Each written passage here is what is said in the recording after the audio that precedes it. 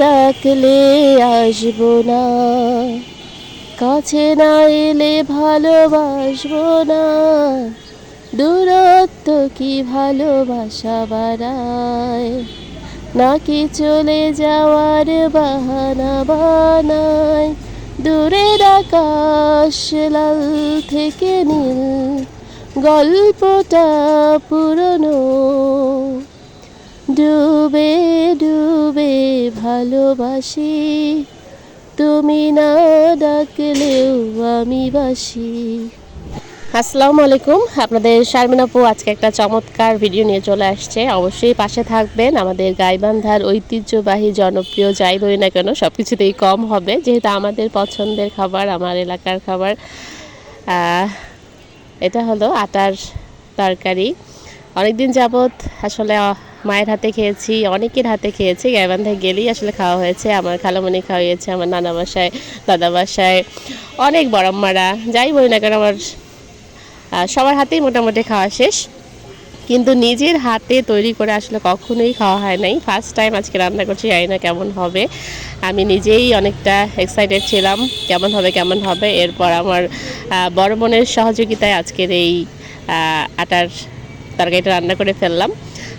অবশ্যই আপনাদের সাথে শেয়ার করব খেয়ে কেমন হয়েছে। এবং ভিডিওটি অনেকেই কমেন্ট করেছিলেন যখন আমি শর্ট ভিডিও দিয়েছি, অনেকেই নাকি এই খাবার সম্পর্কে জানেই না। সে তার বাসা আসলে বগুড়া, সে আপু সম্পর্কে বলছে আসলে আমাদের এটা গাইবান্ধার খাবার, জনপ্রিয় একটা খাবার আটার তরকারি। এটা গরুর মাংস দিয়ে আসলে করা হয়।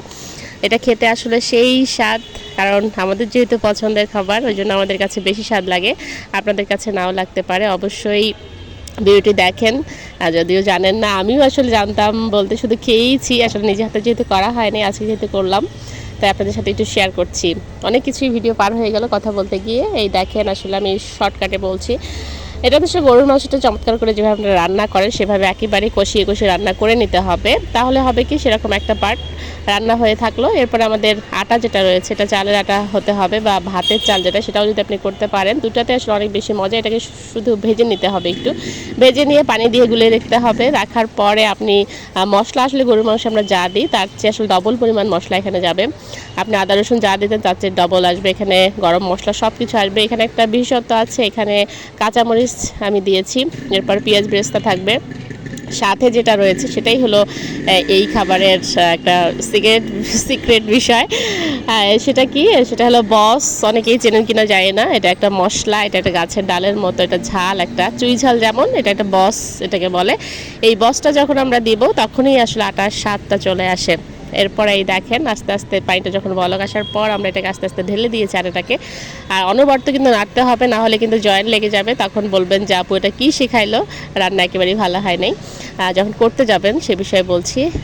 ওই জন্য যখন আমরা বলকের পর যখন আটাটাকে দেবো তখন আসলে অনবরত নাড়তে হবে, যাতে এটা কোনোভাবেই দলা পাকিয়ে না যায়। এই দেখেন কত সুন্দর সফটলি হয়েছে। এরপরে তো আটা আমার তৈরি হয়ে গেল, এখন আমি আপু খাবে আর আপনাদের সাথে শেয়ার করবে। আর আপুর খাওয়া দেখে অনেকেই জিভে জল চলে আসছে। যারা বিশেষ করে গাইবান্ধা যারা রয়েছে তারা অবশ্যই কমেন্ট করবেন কে কে খেয়েছেন এবং আমার খাওয়া দেখে কার কার খেতে ইচ্ছে করছে। এবং আমি জানি অনেকেই আটার তরকারি রান্না করবে, যেহেতু কুরবানির মৌসুম, কুরবানিতে সবার বাসায় গরুর মাংস অ্যাভেলেবেল রয়ে আছে। সেই থ্রুতে আটা দেখার পরে গাইবান্ধার বাসীরা অবশ্যই আটা রান্না করবে, এটা আমি একদম ড্যাম শিওর। কেননা কোনো কিছু খাবার দেখলে মনে মনে আসলে খেতে ইচ্ছে করে, আর বিশেষ করে সবার খাবার দেখলে খেতে ইচ্ছে নাও করতে পারে। শারমিন আপুর খাওয়া বরাবরই আমার কাছে ভালো লাগে, জানি না আপনাদের কাছে কেমন লাগে।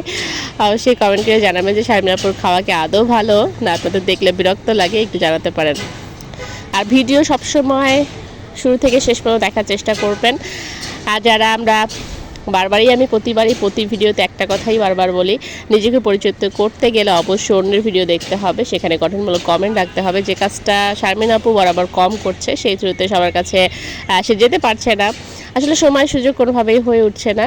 পেশাতেও কাজে তো নেমেছি, কিন্তু কাজটাকে প্রপারলি করতে পারছি না, যেহেতু সাংসারিক লাইফ, এরপর বাচ্চারা রয়েছেন, এরপর আমার ছেলে যেহেতু ক্লাস 9-এ পড়ছে, তাদের পড়ালেখা। আমার মেয়ের আসলে রিসেন্ট যেহেতু ওদের এখন অর্ধবার্ষিক পরীক্ষা শুরু হতে যাচ্ছে, তাই সেগুলো নিয়ে অনেক বেশি ব্যস্ত। তার মাঝে আবার ঈদ চলে গেল, সব কিছু মিলিয়ে আসলে কাজগুলো যেহেতু করতে হয়, তাই খুব বেশি ভিডিও দিতে পারি না, খালি শর্টকাট রিল দিতে পারলে আসলে বেঁচে যাই।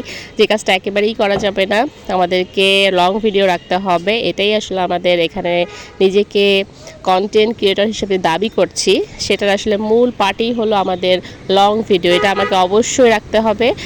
এর পাশাপাশি শর্টগুলো আসলে দিতে হবে, কিন্তু আমরা আসলে যেটা আপনার অপশনাল সাবজেক্ট সেটাকে নিয়ে যদি বেশি পড়ে থাকি, মেইন সাবজেক্ট তখন আসলে পিছিয়ে পড়ে যায়। এই কাজটা করা যাবে না, আপনারা করবেন না যারা অরিজিনাল কাজ করছেন। অবশ্যই লং ভিডিও করবেন। আর এই তো আমি খাচ্ছি, সেই স্বাদ হয়েছে। আর আটার তরকারি থাকলে অন্য সব কিছুকে পিছিয়ে ফেলে এটাই চলবে। ঠিক আছে, ভালো থাকেন, আল্লাহ হাফেজ, শুভরাত্রি সবাইকে।